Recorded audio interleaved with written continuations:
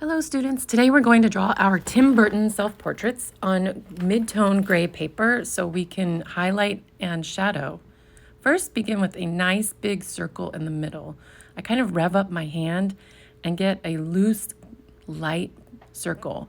Then I find the center and I bring down two lines to make a slightly pointed chin, a thin neck, and thin shoulders.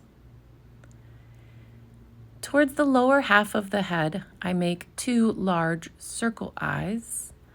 About halfway below that, I make a bottom of a nose, and halfway down from there, a small mouth.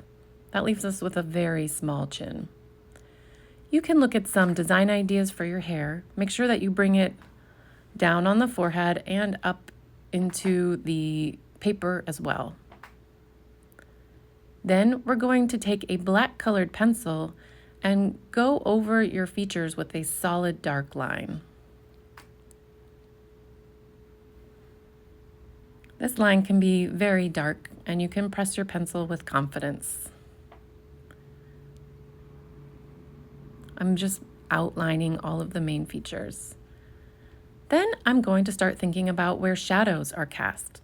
Whether you're doing claymation or any kind of art, the light will somehow affect your subject and make it look three-dimensional to our eyes.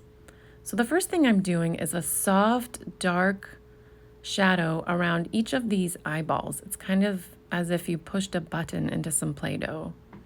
It indents a little bit and a lot of Tim Burton's characters and creates a really soft shadow all around the entire eye area. If you look at someone around you, you will see they probably have a shadow under their nose, and they will probably have a shadow around the bottom part of their face. So right from the edge of the face, we can blend in. And then to look a little bit spookier and more gaunt, we can bring that shadow all the way under the cheekbones, which protrude a little bit, and so they'll cast a shadow. The hair, as a unit, will cast a shadow down on the forehead, especially when something is claymation. And if you look around, most people have a shadow beneath their chin because light is shining down and casting a shadow. Hair, whether it's dark or light, will have lots of shadow. A blonde person has tons of dark shadow in their hair, and of course, so does someone with dark hair. I'm using some individual lines and some dark clumps to quickly create some shadow in the hair. Now it's time for a highlight. A highlight is going to bring out a feature and make it look like it's popping out.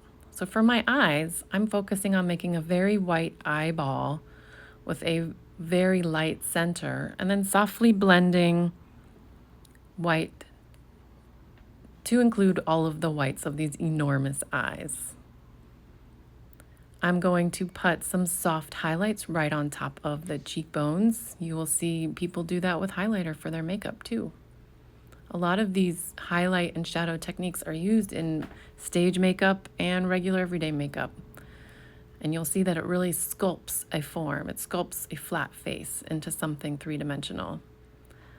I added some highlight on the lower lip, on the top of the upper lip, in the middle of the forehead, and now in the hair with some light lines. And you can study the clothing around you to decide how you want to highlight your character's clothing. In the shadows, we're going to do something called vignetting. It kind of makes your portrait look more like an old-fashioned photo, something quaint and cozy, by adding dark features around this. You may have seen this before in photographs. And then we're going to, once you feel like your portrait is all complete, we're going to add a kooky Tim Burton style frame. You'll get a large piece of black paper and you'll be able to play with the shape and form of this frame. I advise you to not make the frame too skinny in any one part, but you can definitely remove some shapes of paper from the top and bottom to make it an unusual shape. I'm gonna glue around the edges of my back and glue my portrait a little bit crooked. You don't have to do that, but it's something to try. Then to create my unusual frame shape, I'm going to cut on my lines. Remember when you're cutting that you can take it easy on yourself by removing chunks of paper at a time and cutting from different directions. You don't have to cut in one direction the whole time. You're cutting a shape. So once these portions of paper are removed, it will look like I have a really unusual portrait sitting on a very unusual frame. And you'll be able to use this for any spooky times.